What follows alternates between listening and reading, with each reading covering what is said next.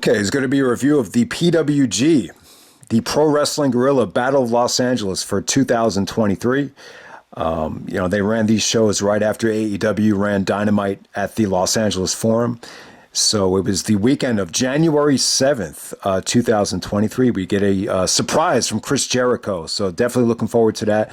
But yeah, with stage one, round one, the only thing that I thought was a little bit weird is that Mike Bailey is actually not on the show, which is very weird because it's well documented by now. I think everyone should know by now. He ended up winning this tournament. So I just thought it was very weird how he wasn't even on night one, but we'll see how it plays out. I don't like the idea of doing a first round match on the second night, but I guess I had to make the best of it. But yeah, let's not take away from this show though, man. I thought the first night here was incredible. I definitely thought you had multiple matches that over delivered. So it was good stuff. And, I really don't have a problem with the women being in the tournament.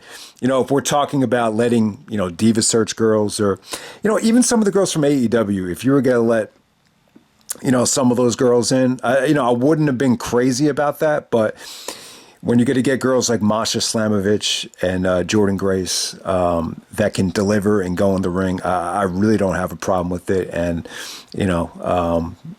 I thought it turned out quite well, to be honest with you. But let's get right down to it. First match of the night, you got Shelley taking on Masha Slamovich. Okay, this was probably the weakest match of the night, but it was still good. It was still a lot of fun. You saw Shelley.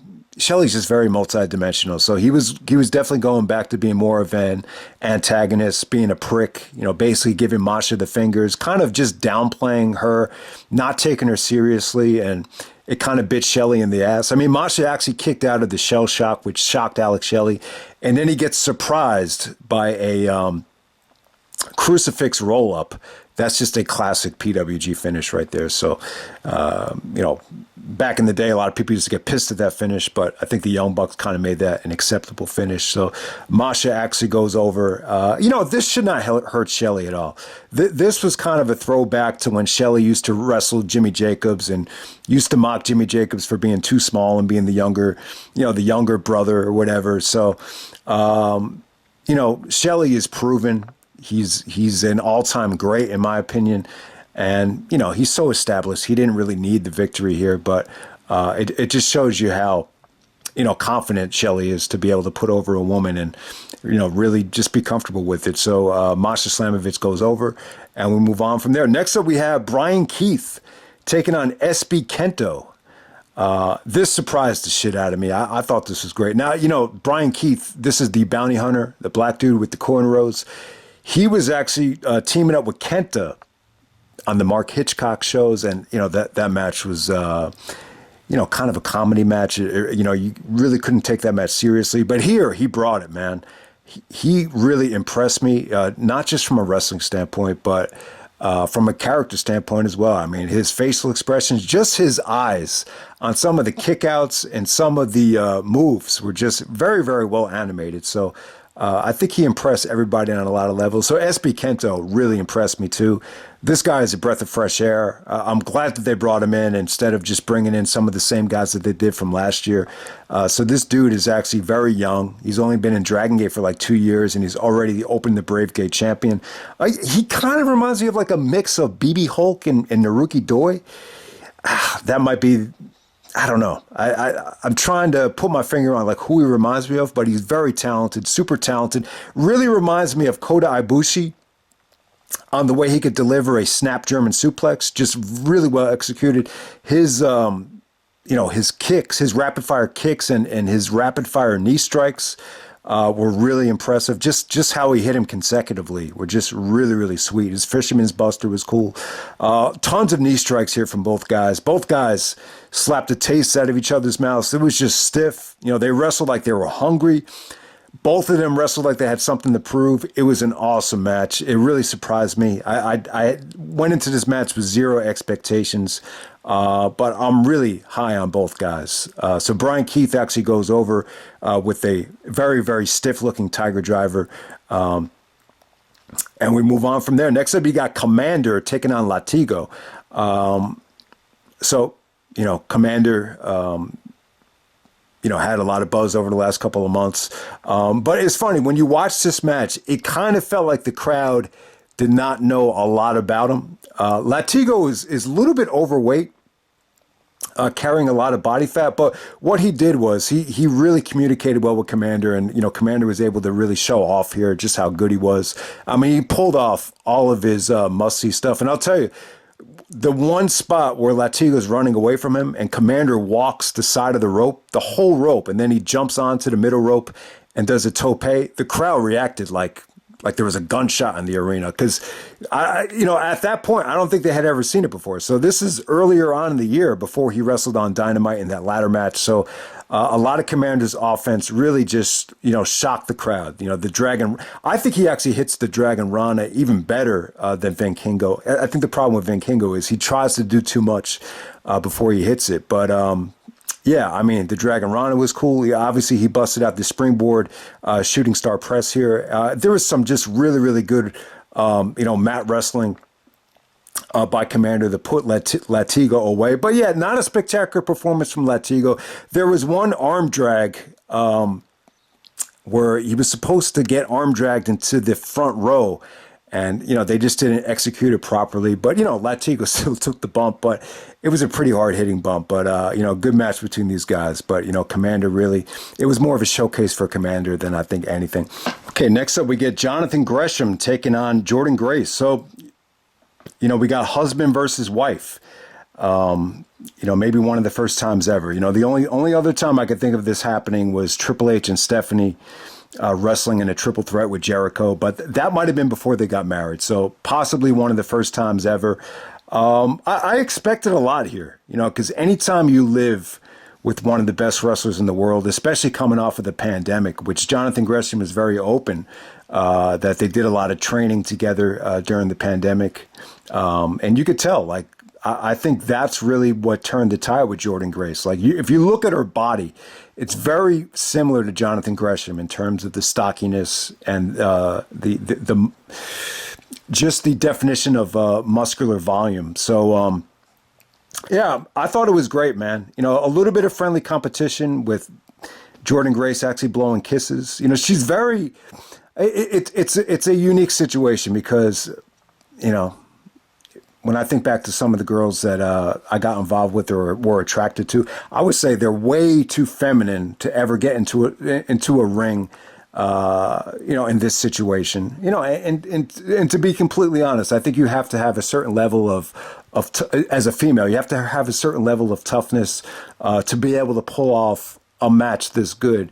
So, yeah, I mean, in the beginning, Jordynne Grace was blowing kisses. So it was a little bit of friendly competition at first, just a little bit of, chain wrestling. It's funny because when Gresham was going to work on her fingers, I was expecting something dirty to come out of the crowd. I don't know why. I just was. But I was pleasantly surprised. The dirtiest thing we got is it's going to be a long ride home. That's the dirtiest the crowd got. And that's not even that bad. But it was good stuff, man. I like the trade-off of body slams.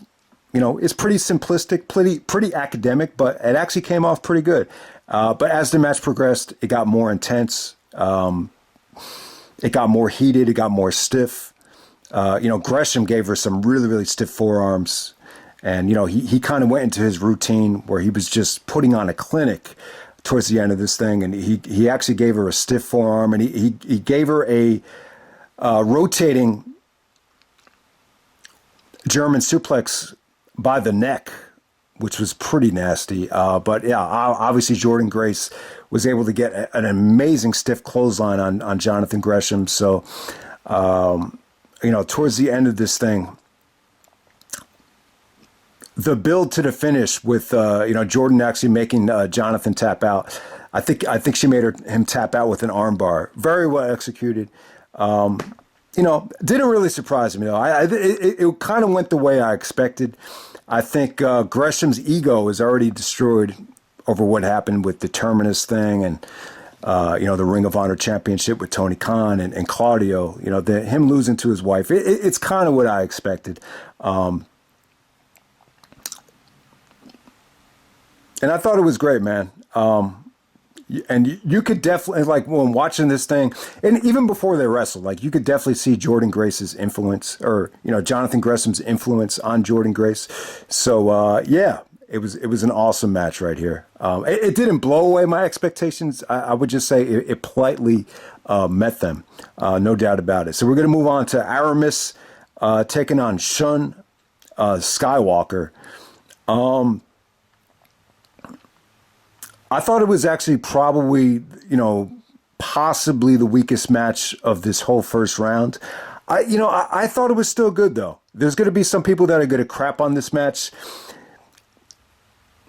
So Aramis is hella talented. I believe they were saying he actually wrestles for Dragon Gate. You know, Dragon Gate's kind of a mix of lucha libre and Japanese wrestling.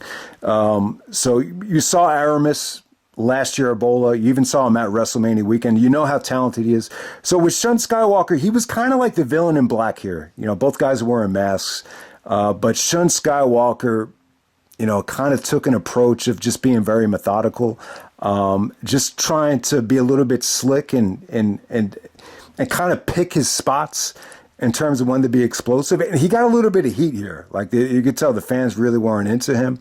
You know, his whole game plan was just to, you know, make Aramis work hard and, you know, just try to make him, you know, limit his explosiveness as much as possible. I mean, Aramis did hit a really, really stiff, really, you know, very violent looking tope where, you know, it looked like he went neck first and almost jarred his neck back.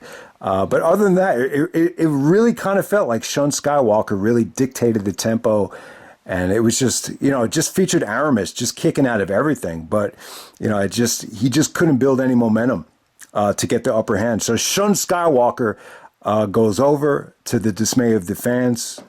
But I thought it was still pretty good, though. I thought it was an engaging match. You know, it was definitely weak compared to a lot of other stuff on here, but I'd be lying if I said, you know, they stunk out the joint. It just wasn't the case. But, you know, you would have liked to have seen Aramis really, you know, go back and forth to get somebody else. And I could see people kind of complaining that, you know, maybe you're bringing in too many guys that are lucha libre or too many guys wearing masks. And, you know, I think at this point, it probably felt like a lot for some people if you're not a big fan of lucha libre. But there we go with that. Next up, we got Michael Oku taking on Konosuke Takeshita. This was the match of the night, in my opinion. So this was a return to greatness for Michael Oku. So if you were disappointed by him at WrestleCon, I thought this was much more indicative of what he can do. This was much more similar to, you know, the classic that he had with Will Ospreay. If any of you guys loved that match, and, you know, a lot of people thought that was the match of the year last year. But yeah, Oku and Takeshita, I thought they rocked the house here. I thought it was great. So Michael Oku, I would say this. He's not like a great striker or a great puncher. I think his forte is he's a little bit more of a high flyer. He knows how to use his feet. He's a great knee striker. He's actually not a bad submission wrestler. I just don't think he's on the level of Takeshita, you know, when it comes to delivering strikes or combat skill. I think Takeshita is definitely the more decorated combat warrior. But God, this is an amazing match, though. I mean, Oku, you know, he's the one that busted out the Fosbury flop. So he did that at WrestleCon. He did it here too. He hits it, but he doesn't hit it as good as AJ. You know, AJ is just, when he does it, he just gets a full rotation. But it's a very difficult move to pull off. But what really made the fans go crazy about Oku here is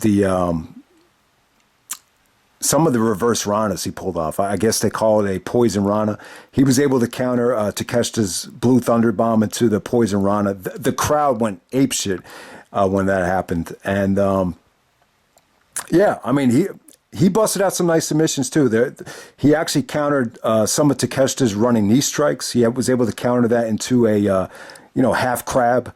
He actually takes the half crab and kind of makes it more of like an ankle lock half crab, which was really, really cool. And then Takeshita, I don't know what happened. It seemed like he kind of got pissed off that he was doing that so much that he actually busted out a Boston crab to Michael Oku. And Oku actually countered it too. He actually was able to reverse it, and was able to bridge himself up and get out of it. So tremendous core strength from Michael Oku there. Yeah, Takeshita pulled off some really, really nice things. Obviously, his bread and butter is when he does that he basically does that gigatonic pile driver, and then he does a deadlift German, and he takes the deadlift German and then transitions to the Blue Thunder driver, and Michael Oku kicked out of that. The fans went crazy on that kick out. That was great. So a series of tremendous running knee strikes from Takeshita with Michael Oku no-selling it, and obviously Takeshita gave him one time too many knee strikes, and that was the finish right there. So Takeshita goes over, but Michael Oku got a standing ovation. So great match. I thought both guys were awesome. So if you didn't get the feeling of what was the big deal about Michael Oku WrestleMania weekend, you'll definitely see what the big deal is here. You'll definitely see his positives, his strengths, his weaknesses, and another monster performance from Takeshita. All right, next up we have Titus Alexander taking on Daniel Garcia. So Daniel Garcia is the PWG champion. All right, so Titus Alexander. All right, so this is kind of one of the other unknowns for this tournament. He's definitely been on Dynamite before. I mean, he's been on a lot of AEW shows. He was actually in the opener of PWG 19 against Shane Hayes. So, people should know who he is. I'm not that familiar with him. He doesn't have a tremendous physique. I would actually say he kind of reminds me of a cross between Eric Stevens and I want to say Ethan Page. But he's a good wrestler, though, man. He showed tremendous fight here, tremendous grit.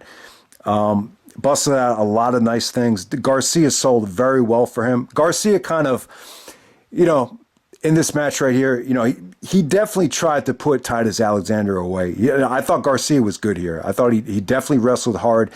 So this was the heel performance of the weekend in terms of Garcia. Last year, I'm trying to think of who it was. Was it Buddy Murphy? Buddy Murphy last year, Buddy Matthews, whatever the hell you want to call him. He would do these I think against Speedball. Like he just tried to, he didn't even try to wrestle. He just tried to attack him right away. This wasn't exactly the case. Like Garcia, he gave this dude almost about 20 minutes before he just gave up and just said, fuck it. I'm just going to hit the guy with the belt. So Garcia had the attitude of, as the match progressed, he said to himself, man, I don't need I'm the PWG champion. I already won the Battle of Los Angeles. Ricochet won BOLA twice, but, maybe Garcia's mind state was that nobody really cares that Ricochet won 2 times. But hey, man, being a 2-time BOLA winner, there's no one that won it 2 consecutive times. So I would have liked to have seen Garcia put up more of a fight, but the PWG title is not on the line. There were some years where I remember the PWG title was on the line. But, the match was actually fun, though, man. Titus Alexander, like, he definitely has potential. There were times where the fans got behind him and he looked like a star.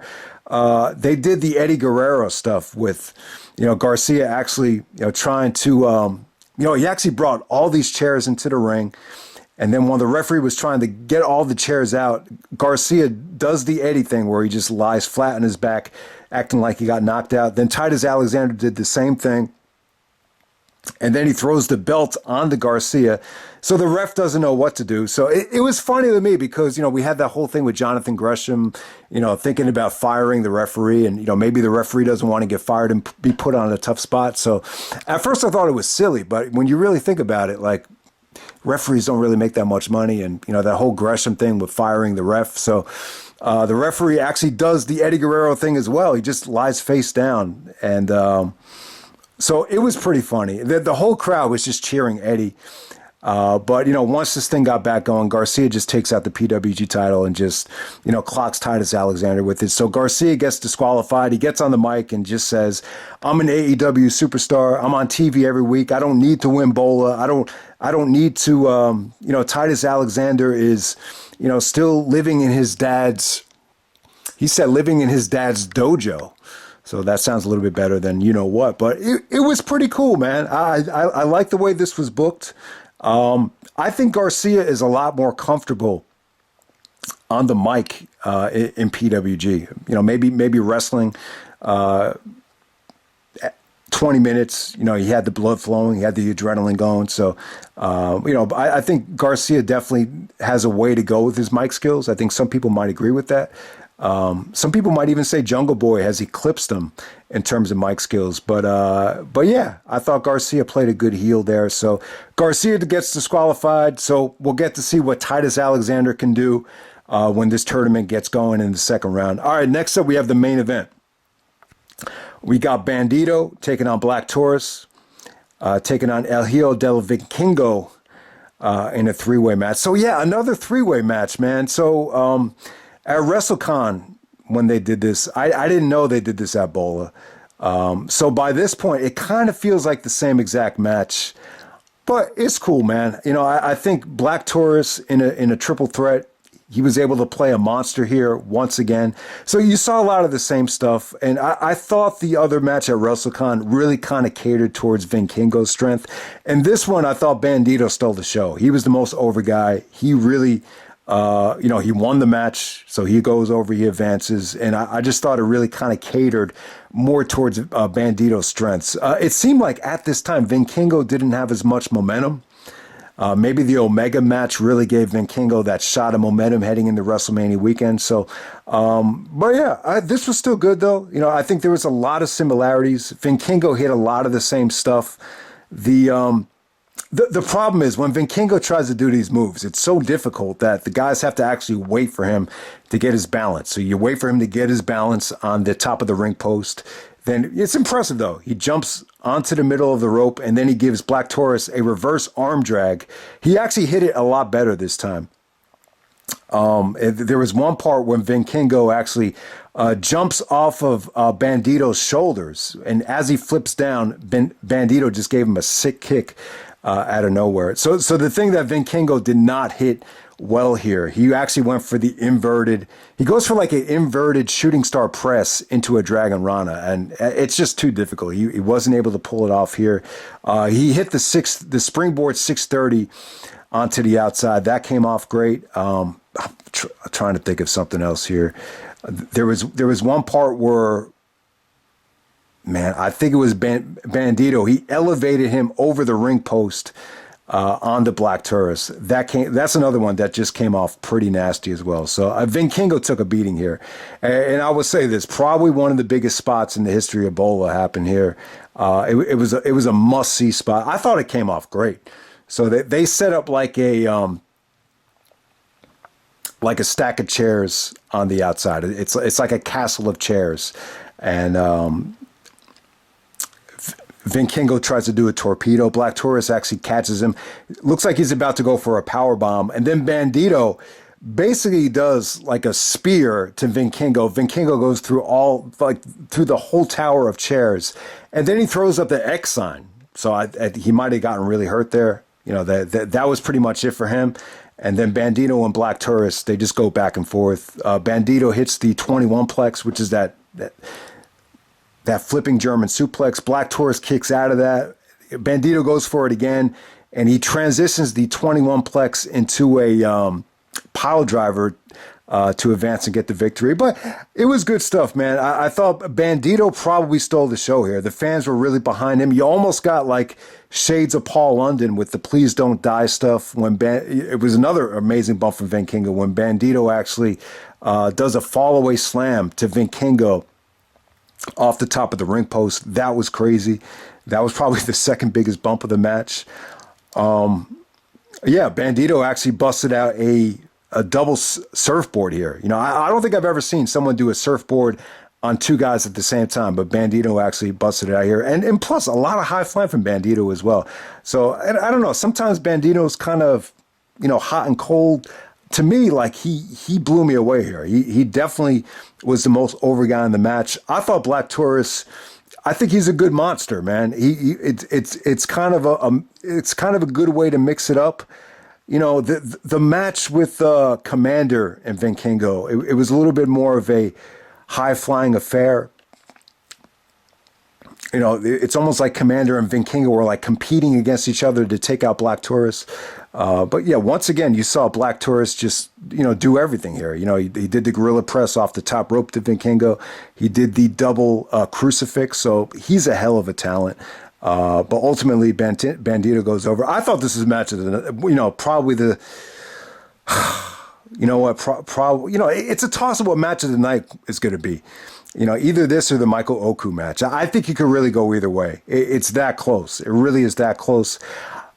I'll say this. I think the atmosphere here was probably even better than the one at WrestleCon at the Mark Hitchcock Memorial. But, you know, once again, I think you could go either way. But I thought this probably had, you know, a better atmosphere, better crowd. And some of these bumps were just, you know, friggin' insane.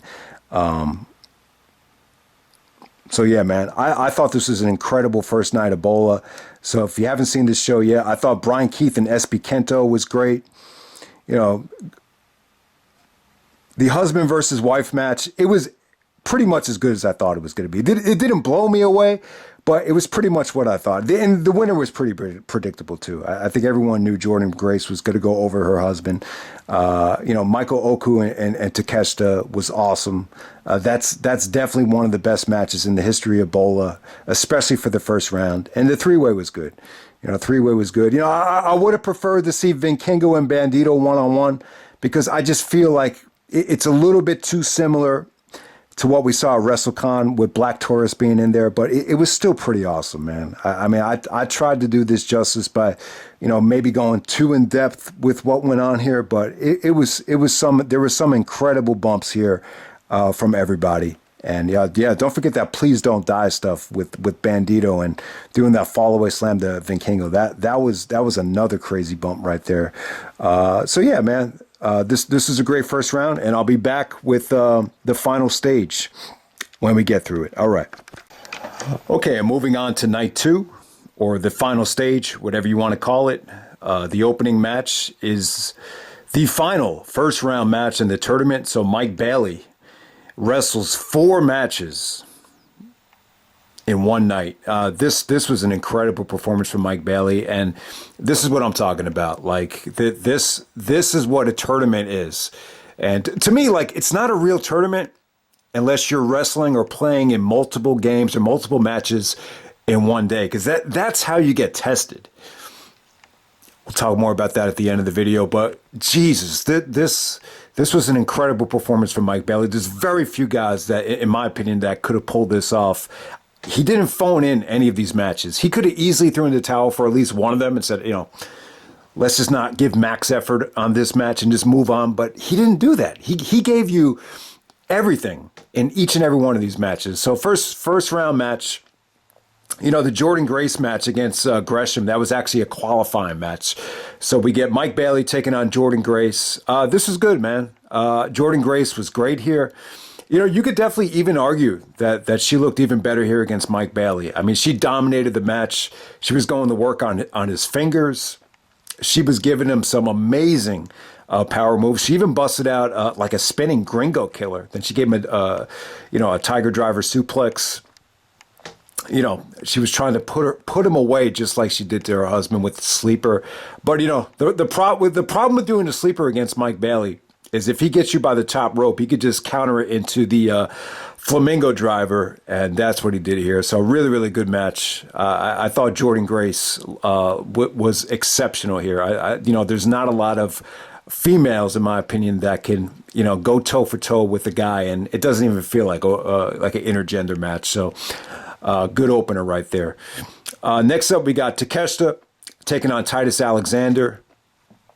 So, you know, this wasn't as great of an experience for Titus Alexander. I did feel like the Danny Garcia match, you know, got him over more as a babyface. You got to know him a little bit more from a personality standpoint in the Garcia match. This was just a slugfest. Him and Takeshita just trying to beat the crap out of each other. It felt like a German fest, a chop fest. Takeshita, it's just way too much for Titus Alexander and puts him away, you know, with the knee strike. It did feel like Titus had some of the fans against him here. I don't know if they were just pro Takeshita or He is actually from anti-Sacramento, so you have that Lakers-Kings rivalry. You know, it really does feel like Sacramento and Oakland is going to become more of a rivalry after what we're seeing with Draymond Green in the playoffs. But, you know, that's a story for another day. Takeshita easily goes over Titus Alexander. But I got to say, an impressive performance from Titus Alexander this week. And that's what BOLA is about. You know, like one of the more underrated parts is just about letting guys shine and just so guys can really, you know, make a name for themselves. And I thought Titus Alexander was one of the many guys that stepped up and, you know, made a name for himself. No doubt about it. So next up, we got Bryan Keith taking on Masha Slamovich. We get Eddie Kingston jumping on commentary just for one match. And it was good, man. Eddie Kingston dug it. You know, this kind of played off of the Alex Shelley match where Bryan Keith didn't want to get upset. You know, Masha even pulled out the crucifix roll up. So that was a nice near fall where, you know, Bryan Keith, you know, just didn't want to get, upended by Masha. And very physical match, though, man. I mean, very, very bloody. You know, Masha slapped the taste out of Bryan Keith's mouth, but Bryan Keith was, you know, vicious with his, knee strikes here. So, yeah, not a pretty match, just rough and rugged, you know, ruthless. And, yeah, I got to say, I thought Masha looked great, though. This is a great performance from her. And, definitely Bryan Keith, once again, just another guy that really stepped up to the plate. So he goes over, but very physical match. Another great, you know, intergender match right there. Next up, we got Komander taking on Bandido. Kind of a disappointing match, I got to say. Bandido was playing a heel here. He was playing possum. He was, you know, asking the referee to check his mask or check his head for a head injury, and then he was playing possum. You know, Komander, you know, did his usual great stuff. You know, he had a beautiful, sequence where he was, you know, using the ropes and, you know, he did his Dragon Ranas. The moonsault was beautiful as well. Bandido actually countered one of the Dragon Ranas into a Styles Clash, believe it or not.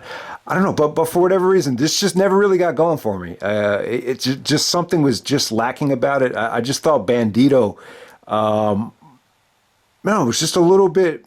It was a little bit too heel driven, I think. And but you know, I get what they were going for. Komander is more of the high flyer at this point. He's more hot at this point. So,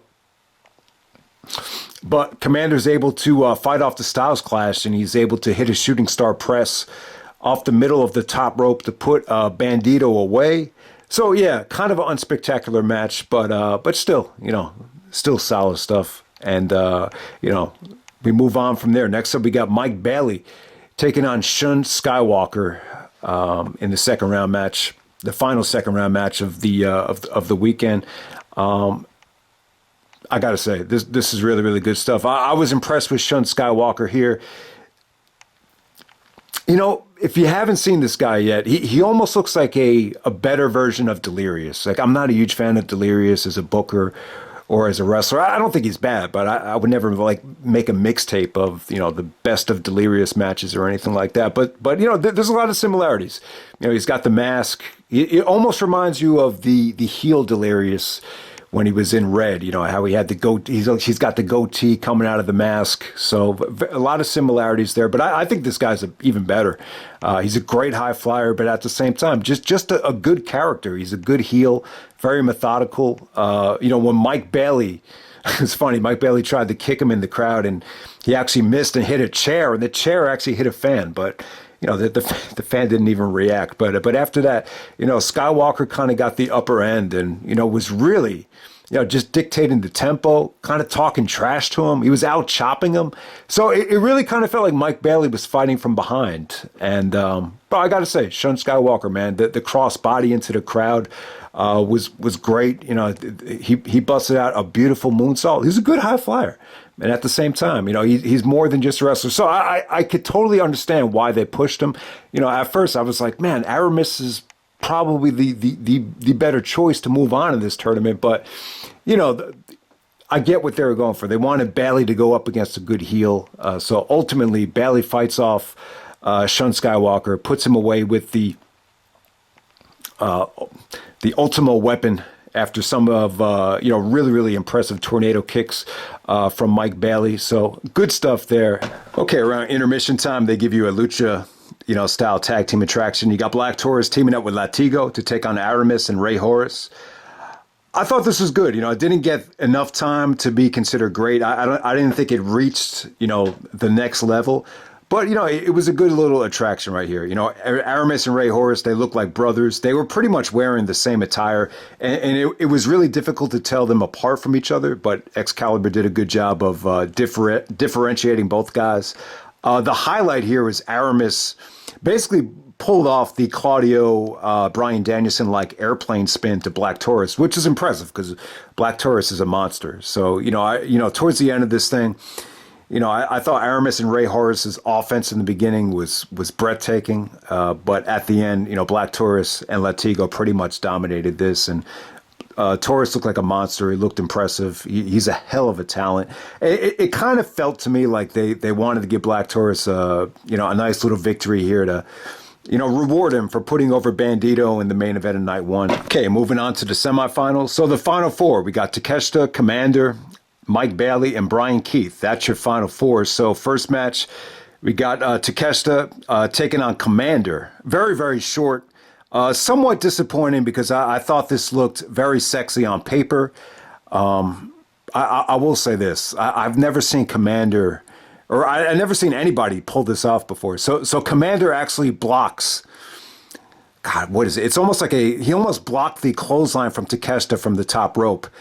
And then he walks the whole rope. And then he does a Phoenix Splash after walking the whole rope. So it was pretty cool. I don't think we've ever seen anything like that. While this lasted, Komander was great. There was a series of backslads from Takeshita. On one of them, Takeshita basically bridges up, and it's almost like he's doing a handstand on the backslide, and the referee counts 3. Fans didn't really like the finish, didn't really buy into it. But hey, this just shows you, and especially after watching some of these indie shows with some of these green referees, very difficult to execute, some of these finishes that just end very abruptly. But, if you want to make the tournament have a realistic feel, sometimes you need finishes like this. But if you really dissect the finish with Takeshita actually doing a handstand and bridging up, it was pretty impressive. But, I just think when you consider both talents, the fans just wanted them to go a little bit longer. But next up, we got Mike Bailey taking on Brian Keith. This is going to be a dark horse for one of the best matches of the weekend. I thought it was incredible. Now during the match, it really felt to me like, all right, so this is going to be the one Mike Bailey match where there's not going to be a lot of effort. They're just going to do a whole bunch of improvising, and it is what it is. They were actually doing I don't know, it kind of reminded me of the Tommy Dreamer or Raven stuff where Dreamer has his back to Raven and he wants to get kendo sticked. He's like, sir, give me another. Obviously, they weren't doing it with kendo sticks. They were doing it with chops. And then there was a spot where Brian Keith kept on teasing it, and then he just kicked the shit out of him, and then it pissed Bailey off, and then Bailey started, going to his rapid fire routine, and it just got great after that. You saw tremendous knee strikes. There was a breathtaking high knee from Brian Keith that just looked like it broke Mike Bailey's jaw, and the fans thought that was a finish, and then Bailey kicked out. But yeah, great stuff. Bailey countered Brian Keith's Tiger Powerbomb into a Hurricane Rana. Keith actually did some beautiful counters out of Bailey's Flamingo driver. So they really, really gave you a lot. Ultimately ends up with Mike Bailey hitting the Ultimo weapon to put him away. But it was great stuff, man. Awesome, awesome match. I got to say, Brian Keith, well, when I saw this guy at WrestleCon, and he teamed up with KENTo, and I really did not know what to make of him. It was tough to really judge him from that match, but this dude blew me away, man. He has a unique look. I think he's different. The bounty hunter gimmick with the cornrows almost like has he's kind of got like that West Coast, type of vibe to him. So yeah, man, I thought this was great stuff. So the finals are going to be Takeshita taking on Mike Bailey, which is actually a rematch from last year. I believe they wrestled on the West Coast promotion. West Coast, what's the name of the promotion? West Coast Productions or West Coast Wrestling.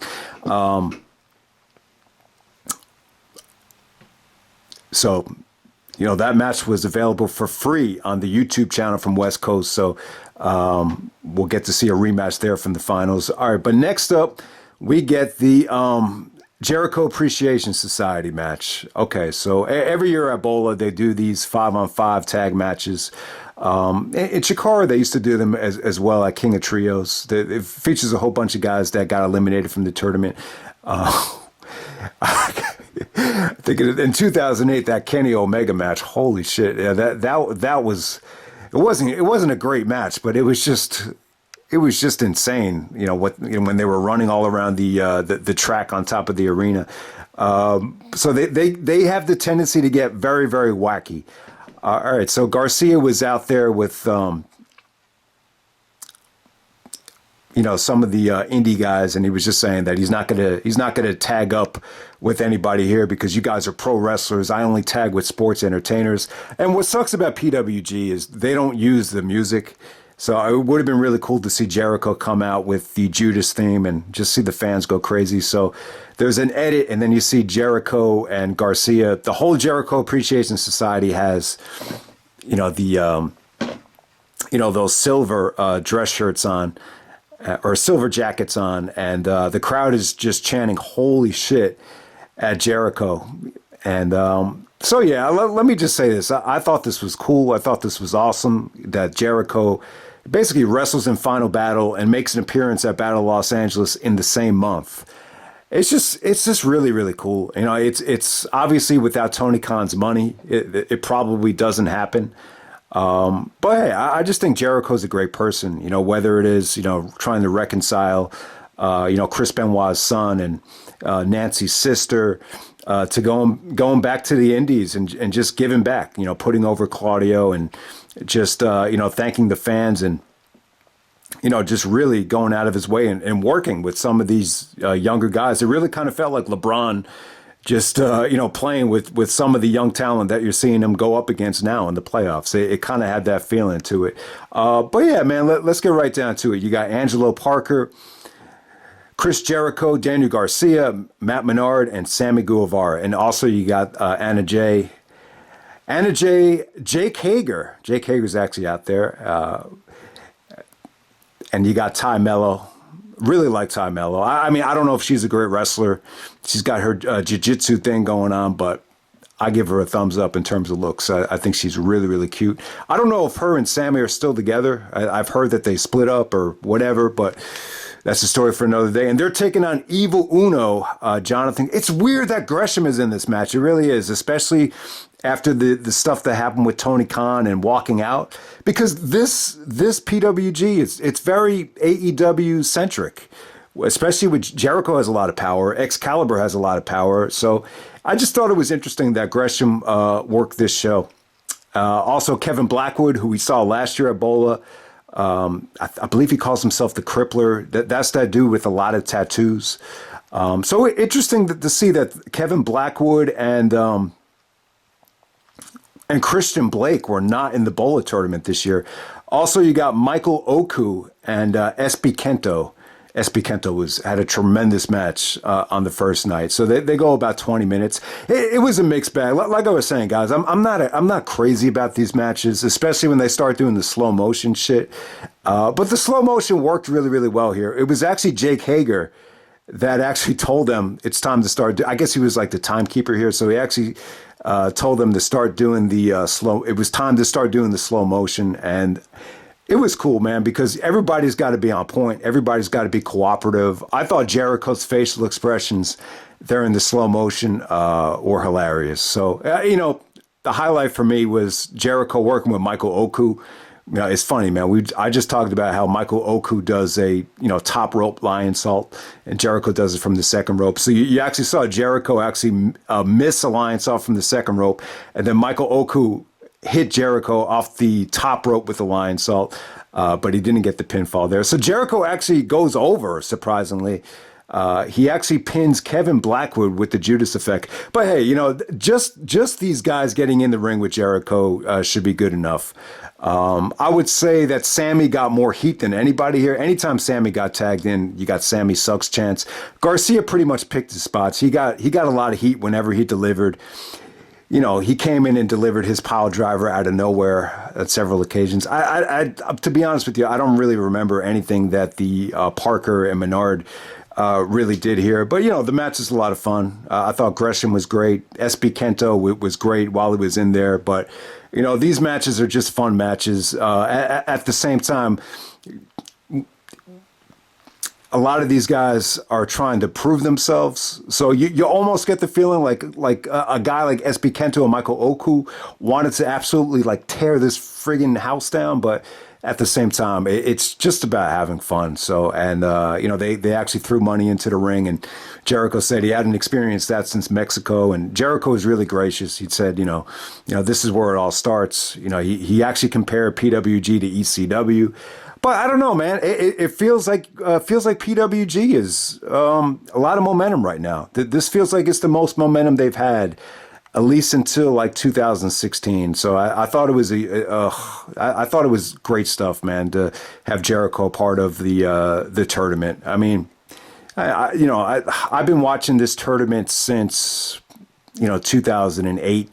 So I don't know. Maybe I just appreciate the Jericho Appreciation Society showing up more than most, but I thought it was really, really awesome. So, and I'll get to the finals. Okay, now we're finally here. This is the finals of the 2023 Battle of Los Angeles. We got Mike Bailey taking on Takeshita. So they go about 27 minutes. I thought it was a great main event. Arguably the best match of the whole tournament, and this blows away a lot of previous Battle Los Angeles finals. I mean, I could say with 100% confidence, this is easily in the top 5 in terms of BOLA main events. But well deserved for Mike Bailey. He was in the finals of 2015, and he was in the finals last year. So this has got to put him up there with Chris Hero as the most appearances for a BOLA finals. So. Very well deserved. All right, so the reason why Mike Bailey was not on night 1 is because of visa issues. His visa didn't officially start running until night 2, so he had to wrestle 4 matches on one show, which he had never done before. He talked about this in his vlog. I'll post a link in the description to his vlog.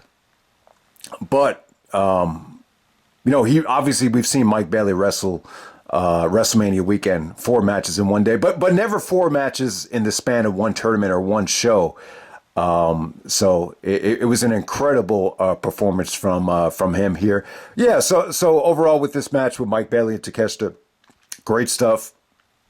Not a tremendous atmosphere at first. They really had to work for everything. It was a very long show. You could definitely feel that the crowd was burned, but they had them. They had them within the palm of their hand towards the end of this thing. So this was pretty interesting. Mike Bailey last year, he was selling the knee in the match with Garcia. Here throughout the whole tournament, it looked, I don't know if this was legit or not, but he definitely looked like he had one of his fingers out of place. I think it was the pinky. It was definitely bent. And it looked like it was broken. So throughout the whole tournament, from Jordynne Grace, throughout the whole night, they were going to work on, Mike Bailey's fingers. So it was actually Takeshita selling the knee here. So there was a really interesting spot here. And I'll tell you, if you're not, on the same level as these guys or not very well trained, I swear to God, 9 times out of 10, the guys would break their leg on this spot. So they were, fighting on the edge of the ring apron, and it really looked like Mike Bailey put him in an Indian deathlock.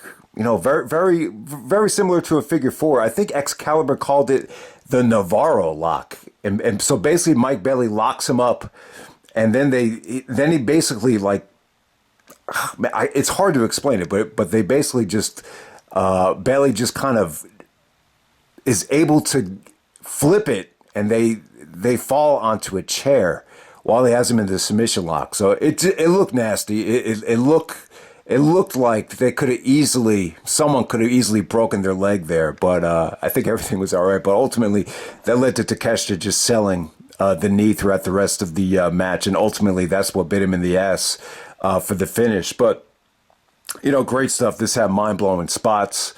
Obviously the biggest spot of the night is the the combination of Bailey doing the super Hurricane Rana, and then he followed it up with dodging the baseball slide from Takeshita, and he was able to hit the springboard moonsault, which obviously that looked beautiful. But Takeshita hit a really convincing running knee strike where everybody bought that into being the finish.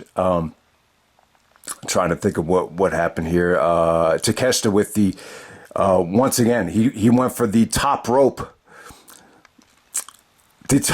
lariat, and he knocked Bailey off, and then he hit the running knee. Yeah, that was the sequence right there from Takeshita, and the ending actually features Takeshita hitting El Generico's brainbuster off the top turnbuckle. So what's interesting there is that was almost like a tribute to Sami Zayn, El Generico. Apparently, Takeshita's first match in DDT was against Sami Zayn. So that was really interesting. And the fans really bought into that brainbuster, that El Generico brainbuster on the turnbuckle as being the finish. And so after that, he tried to do another running knee strike, and Bailey gets out of the way, and he totally destroys his knee on the turnbuckle. Then Bailey's able to hit they're calling it the Omega weapon now. So I thought this was known as the Ultimo weapon. I don't know why they had to change the name. I'm not really feeling the Omega name, though, because this is not Kenny Omega. So it's a little bit weird that they changed the name of the Ultimo weapon. So he hits the Ultimo weapon, and he follows it up with the Flamingo driver to put Takeshita away. I thought the aftermath was beautiful. I thought it was exceptional. Mike Bailey was very gracious. He accepted the trophy, but he said that it's just as much Takeshita's as it is his. And I would agree. I think in pro wrestling, when you create a classic match or create magic in the ring, it takes two. And that's what's really impressive about Mike Bailey's performance here is, playing the 4 games in one day, 4 games in 6 hours. I mean, I remember the 4th game, Dragon Ass could be really, really tough. But the difference is here, it's more than just, about running up and down the ring or running up and down the court. With professional wrestling, it's also about protecting your opponent. It's also about communicating and delivering. And I just think it takes a lot, to be able to accomplish, 4 quality matches on one show and to deliver a great main event. And, and that's why I think Cody should be proud of the match with Roman. I know a lot of people complained about the WrestleMania main event, and, obviously it came with a lot of criticism, but, not too many guys can say that they went out there in the main event of WrestleMania and delivered a classic match and one of the best WrestleMania main events of all time. So I just think when you put it in perspective, it's still an amazing accomplishment, what Cody did. And, ultimately it could be a test for Cody, and, you just want to see how he bounces back. So, but that's a story for another day. But, it's different in real sports though. Like, when you look back at the 1994 NBA Finals between the Rockets and the Knicks, there's such a negative connotation that comes with that series. It's like you don't look at the Knicks as being a championship team or a success. It's you think of the 2 for 19 and the nightmare with John Starks. So it's a little bit different. But I think in pro wrestling, it's like if you create a classic match, both guys get the credit. But ultimately, Bailey put in a lot of work. He's been wrestling in this tournament for almost a decade now. He's been wrestling all over the world. So him winning, I think it's rewarding hard work. And, Takeshi's going to have his moment down the road. Maybe they'll have a rematch for the PWG title. Mike Bailey actually said in his vlog that he feels like, down the road, if he becomes the Impact champion, Takeshita becomes the AEW champion, which, it'll take a lot, for that to happen. But he'd love to see like a Impact versus AEW dream match 3 years down the line. So who knows if that will ever happen? I would say the odds are against it, just for political reasons. But it was really cool, man. I think what this tournament really did was it just showcased the great talent from around the world, whether it's, the guys in Reseda, or whether it's the guys in Japan, or, the Lucha guys. This really felt like Impact, AEW, and, the Lucha talent and the West Coast talent all coming together, and it just felt like a worldwide event. So yeah, I thought this was an incredible tournament. I really think this is the kind of weekend PWG could really build on, especially with the Jericho stuff. I thought the Globe Theater was hot.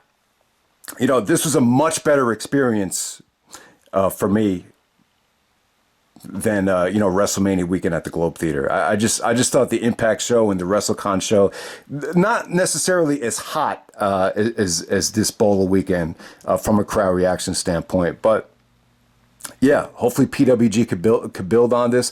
I did want to mention on the business philosophy. So I was thinking about this weekend being on pay-per-view, and I pitched this idea like about a decade ago, and someone made a comment that they didn't want PWG to go down the same path as Ring of Honor in terms of the internet pay-per-views watering down the product. I don't really think pay-per-views what hurt Ring of Honor. I would say it was more so the combination of being on TV along with the booking changes and selling the company. I really don't think a move to pay-per-view would hurt PWG. There's a little bit of obstacles involved, though. The PWG is a Battle of Los Angeles is a 2-night event, so it'd be tough to sell a 2-night event on pay-per-view. Also, you have the entrances. These DVDs, they're Blu-rays, they're highly edited. You don't see the entrances. So there is a lot of editing involved. So I get why it's not on pay-per-view, but I think the tournament is very prestigious, and I think a lot of people will love to see this thing without it being spoiled. There's no way to avoid spoilers. And, in the past, I think I did a pretty good job of avoiding spoilers, certain years. I just said, man, I don't want to be spoiled. I remember one year I think it was when Adam Cole won, someone uploaded a video and just said, Adam Cole wins BOLA, and I was really, really friggin' pissed. So the bottom line is, it is difficult to avoid spoilers, especially with them running WrestleMania weekend in Los Angeles. You have Mike Bailey there, and they promoted him as the BOLA winner. So it is difficult to avoid the spoilers, but I just think this is the kind of tournament that has so much prestige. You like to see them, try to find the way where they can cash in so everybody can see it live. But hey, this is like really the only event, in wrestling today where you're still hunting down the DVD for it. And I'm probably the only person that's dumb enough to blow $50 on it. And the fucked up thing about it is I have the High Spots subscription, but the problem is it's probably not going to be uploaded onto High Spots TV, maybe not until like September or something like that. Like the last show that they did, PWG Dink, that was taped, I think, before Thanksgiving, and that's still not up. You still have to buy the DVD to see that show. So it's a little bit slow. But I get it, though. I get it. They try to maximize their profits by, having their DVD come out for 6 months, and when that dries out, they put it up on High Spots. But, they're not running that many shows, so it's a little bit of a different business philosophy. But I don't know. How do you guys feel about the PWG DVD to streaming thing? I don't know if anyone has any ideas of how to improve it or whatever, but the bottom line is this is a great tournament. I just really enjoyed both nights. This has just been an incredible year, I think, so far. I mean, WrestleMania weekend was great. Supercard of Honor was great. The last AEW pay-per-view was pretty awesome. So yeah, I think we're really having a really strong year so far. I mean, the GCW collective and the Impact and the WrestleZone shows from WrestleMania weekend. Yeah, I mean, they could have been better, but overall, man, I got to say, BOLA, it was just a great showcase, I think, for everybody here. It just made you really, really feel good. So I hope everybody gets a chance to see these shows. I would, if you have the $50, I would say it's definitely worth checking out. If you want to wait until after the summertime to watch it on High Spots, it's up to you. But incredible weekend for Excalibur. It was really cool to see Jericho on these shows. So the whole weekend gets a huge thumbs up for me. So that's PWG Battle Los Angeles 2023. And I'm out. All right.